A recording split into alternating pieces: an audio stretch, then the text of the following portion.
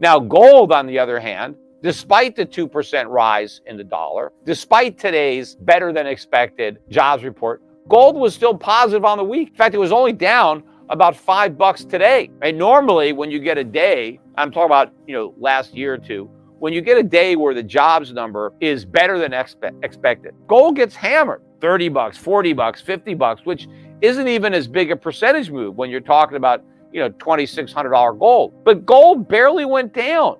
I mean, they got it down maybe $20 or so on the absolute low, but it was there just very brief. Then it was down maybe $12, $14, and it, clawed its way back, but it was barely down. And it closed at 2,650. It was bad news is good news. Well, now good news is good news as far as the market is concerned, because the market is no longer worried about the Fed not cutting rates. The Fed is going to cut rates. I think the market understands this. The rate cuts are coming regardless of these job numbers. So we don't need bad jobs numbers to keep the rate cuts coming. And so I think the markets understand that the Fed is really, on autopilot, despite the fact that it claims it's data dependent. I think the markets are seeing through this, and they know that we're going to get more cuts. And also they probably realize that, they know that these numbers are probably going to get revised, and they probably don't put as much weight into this so-called booming economy. And again, it's not really booming. It's not a lot of jobs that were created anyway, even superficially. But the markets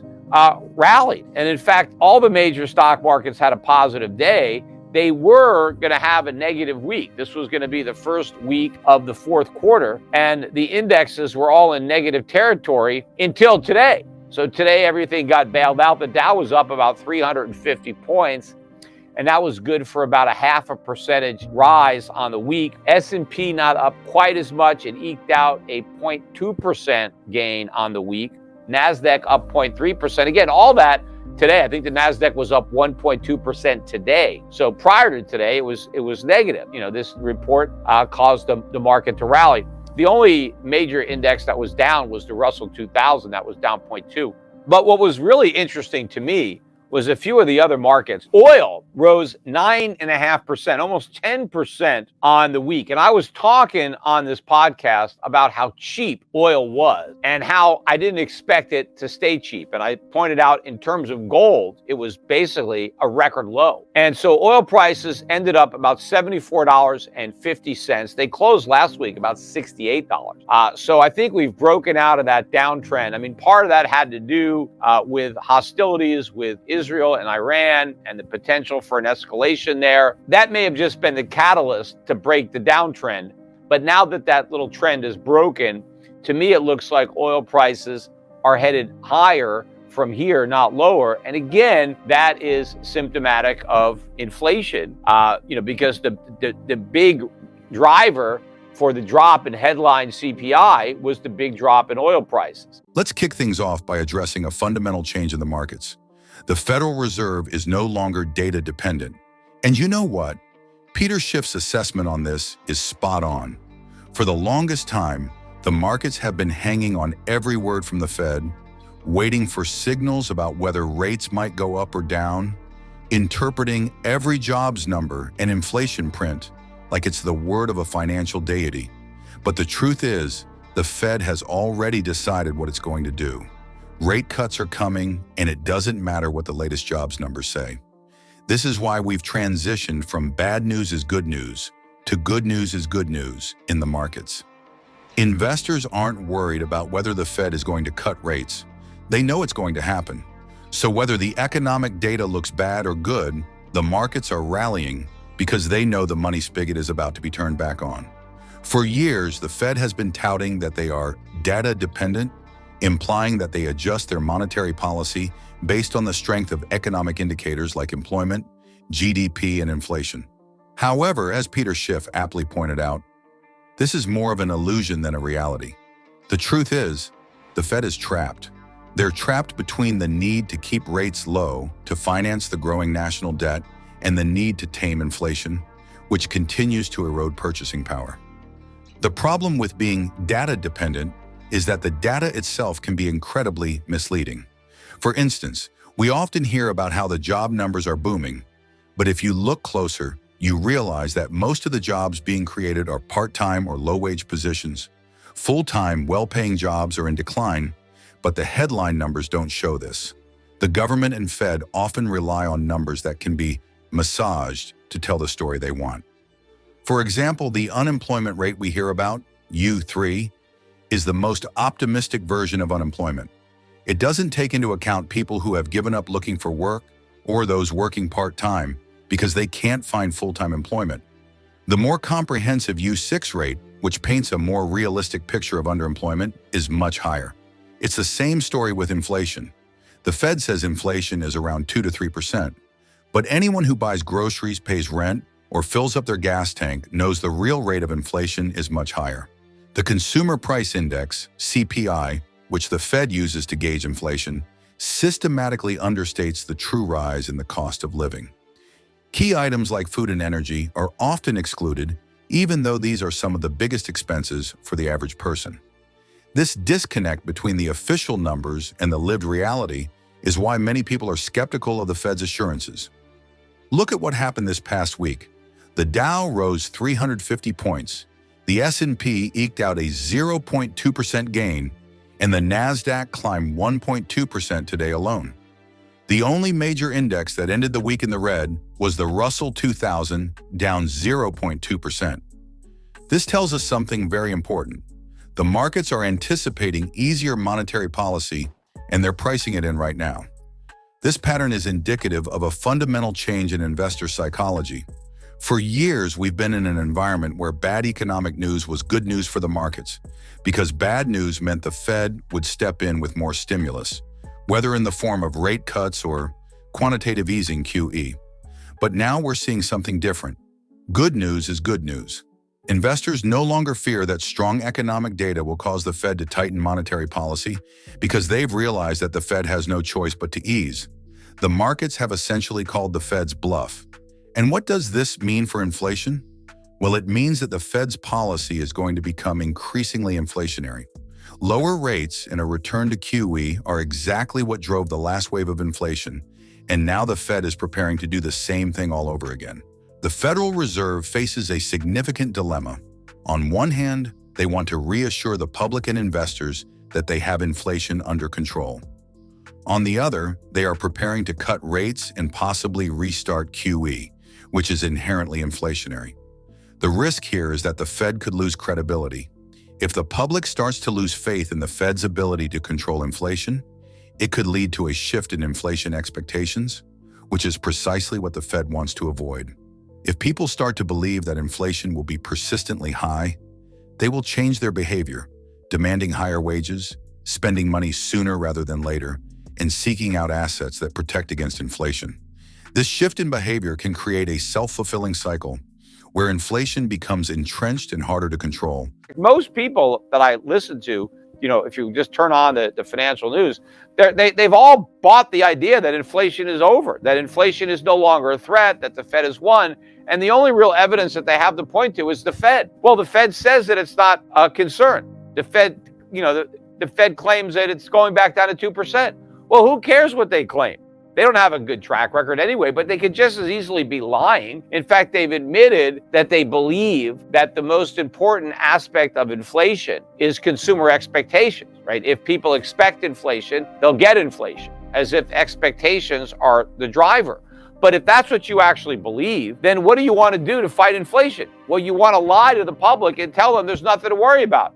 Hey, there's no inflation, we got it licked. And if the public believes it, well, then maybe there'll be no inflation. So if you actually believe that expectations are why you have inflation and you're a central banker, what do you want to do? You want to try to clamp down on those expectations. Well, how do you get the public not to worry about inflation? Well, tell them not to worry. Tell them that you got it licked, right? That inflation is going back down to 2% and try to influence those expectations. I mean, the last thing that you would do if you're a central banker and you really think that expectations are what drives inflation, why would you come out and say, yeah, we expect a lot of inflation in the future, right? Because that's going to create a self-fulfilling prophecy. People are going to say, oh my God, the Fed is telling us there's going to be a lot of inflation. I better go out there and spend a bunch of money. I better demand a pay hike.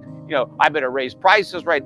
They are worried that they're going to impact the way people behave based on what they say. So to try to point to what the Fed says as a basis for believing anything about inflation coming down is ridiculous. All the anecdotal evidence would suggest that inflation is bottom and it's headed back up. But nobody wants to admit that. Now, gold, on the other hand, despite the 2% rise in the dollar, despite today's better than expected jobs report, gold was still positive on the week. In fact, it was only down about $5 today. Right? Normally, when you get a day, I'm talking about last year or two, when you get a day where the jobs number is better than expected, gold gets hammered. $30, $40, $50, which isn't even as big a percentage move when you're talking about $2,600 gold. But gold barely went down. I mean, they got it down maybe $20 or so on the absolute low, but it was there just very brief. Then it was down maybe $12, $14, and it clawed its way back, but it was barely down, and it closed at 2,650. So a strong price, another small up move in the price of gold. Silver, on the other hand, not only didn't get killed today, which it has been, right? When we've gotten better than expected jobs numbers, they crush silver. 50 cents, 75 cents, $1. Look back at some of these other numbers that came out stronger than expected. Silver got killed. Silver was up today. Silver rose 3.2% on the week, and it closed the week above $32.12. This is only the second time we've had a close above 32 over the past 11 years. So silver, as I've been saying, is looking very strong. The Federal Reserve faces a significant dilemma. On one hand, they want to reassure the public and investors that they have inflation under control. On the other, they are preparing to cut rates and possibly restart QE, which is inherently inflationary. The risk here is that the Fed could lose credibility. If the public starts to lose faith in the Fed's ability to control inflation, it could lead to a shift in inflation expectations, which is precisely what the Fed wants to avoid. If people start to believe that inflation will be persistently high, they will change their behavior, demanding higher wages, spending money sooner rather than later, and seeking out assets that protect against inflation. This shift in behavior can create a self-fulfilling cycle, where inflation becomes entrenched and harder to control. Another aspect that's important to consider is the disconnect between Wall Street and Main Street. The stock market is often portrayed as a barometer of economic health, but it's essential to understand that Wall Street operates on different dynamics than the real economy. The rise in the stock market is driven by cheap money. When interest rates are low, it becomes easier for companies to borrow money, buy back their own shares, and boost their stock prices artificially. This is why the Dow, S&P, and NASDAQ have been able to recover, despite many indicators showing that the broader economy is struggling. Meanwhile, the average American is facing the harsh reality of rising costs, stagnant wages, and eroding savings. Consider this. Oil prices rose almost 10% this past week, closing at about $74.50 after starting at just $68. Oil is a fundamental input for so many products, from gasoline to plastics. When oil prices rise, it creates a ripple effect throughout the entire economy, raising the prices of countless goods and services. The recent uptick in oil is a sign that inflation is far from over, and the Fed's upcoming rate cuts will only add more fuel to the fire. Let's circle back to the issue of inflation. The Fed is trying to manage the public's inflation expectations by assuring everyone that the target is 2% and that we're on track to get there. But inflation expectations aren't set by central bankers. They're set by the realities people face in their daily lives. If the cost of food, energy, and housing keeps rising, no amount of Fed speak is going to convince people that inflation is under control. When the Fed says, "We got inflation licked," what they're really saying is, "Please don't change your behavior in a way that makes our job harder." They're hoping that if they can convince enough people that inflation is falling, then maybe it will actually fall. But that's a big gamble. And as Peter pointed out, the anecdotal evidence suggests that inflation has bottomed and is heading back up. Here's why that matters for gold and silver. Inflation destroys purchasing power. When inflation expectations rise, investors look for ways to protect their wealth, and the best way to do that is with real assets, gold and silver. These metals are tangible. They can't be printed out of thin air. and they have a track record of preserving value in the face of currency devaluation. That's why we're seeing gold and silver hold their ground and even rise despite a stronger dollar and higher yields. Now, let's dig deeper into what's happening with silver because it's setting up for something big. We've seen $32 become a key level for silver, and the fact that it has closed above this level for only the second time in 11 years is a clear signal that a breakout is underway. When we look at historical price patterns, silver tends to go through long periods of consolidation, followed by explosive moves higher. We appear to be at the start of one of those explosive moves. The fundamentals are lining up perfectly for silver. On the one hand, you have the monetary demand, investors looking for a hedge against inflation and currency debasement. On the other hand, you have the industrial demand, which is growing rapidly due to silver's use in solar panels, electronics, and medical devices. As the world moves towards green energy, the demand for silver will only increase, especially since there's currently no viable substitute for silver in these applications. One of the most underappreciated aspects of the silver market is its role in the green energy revolution. Silver is a key component in photovoltaic cells used in solar panels, and the demand for solar energy is exploding globally. As more countries invest in renewable energy to combat climate change, the demand for silver is set to skyrocket. Take China, for instance. The country is not only the largest producer of solar panels, but it's also aggressively buying up silver from around the world to ensure it has enough supply for its solar industry. This demand isn't going away. In fact, it's going to accelerate as more developing countries adopt solar power to meet their energy needs. Think about it. While gold is primarily a monetary metal, silver has a dual role. It's both a monetary asset and an industrial metal. This gives silver a unique advantage, especially in an environment where governments are pushing for green energy solutions. The industrial demand acts as a floor for the silver price, while monetary demand provides the upside. Coming back to the inflation theme, let's consider why silver is especially well positioned to benefit. We're entering an environment where real interest rates are likely to remain negative, even if nominal rates rise. This is because the cost of living is outpacing any gains in interest income, which means savers are losing purchasing power. Negative real rates are incredibly bullish for precious metals because they reduce the opportunity cost of holding non-yielding assets like gold and silver. Moreover, the mainstream narrative is that inflation has peaked, but as Peter mentioned earlier, that's simply not the case. The rising price of oil, geopolitical tensions, and the continued expansion of government spending all point to higher inflation down the road. The Fed's rate cuts will only add more fuel to the fire. When inflation picks up again and people realize that the Fed's narrative was wrong, there will be a rush into assets that can protect against this loss of purchasing power. That's where silver comes in. It's still relatively cheap compared to gold, and it has the potential for much larger percentage gains. Another point that Peter made, which is crucial, is the psychology of investing in silver. Most investors are still ignoring silver, or they're waiting for a pullback that may never come. This is classic contrarian territory. When everyone else is ignoring an asset, that's often the best time to buy. Right now, silver is still trading at a fraction of its all-time high, even though the fundamentals are stronger than ever. We've got a perfect storm of increasing industrial demand, rising monetary demand, and a weakening US dollar. All of these factors suggest that silver is massively undervalued. In terms of historical ratios, the gold to silver ratio is still well above its historical average, which means silver has a lot of room to catch up to gold. If gold moves to $3,000 or $4,000 per ounce, it's entirely possible that silver could shoot up to $100 or even $150 per ounce. That would be a threefold to fivefold increase from current levels, which represents an incredible opportunity for investors.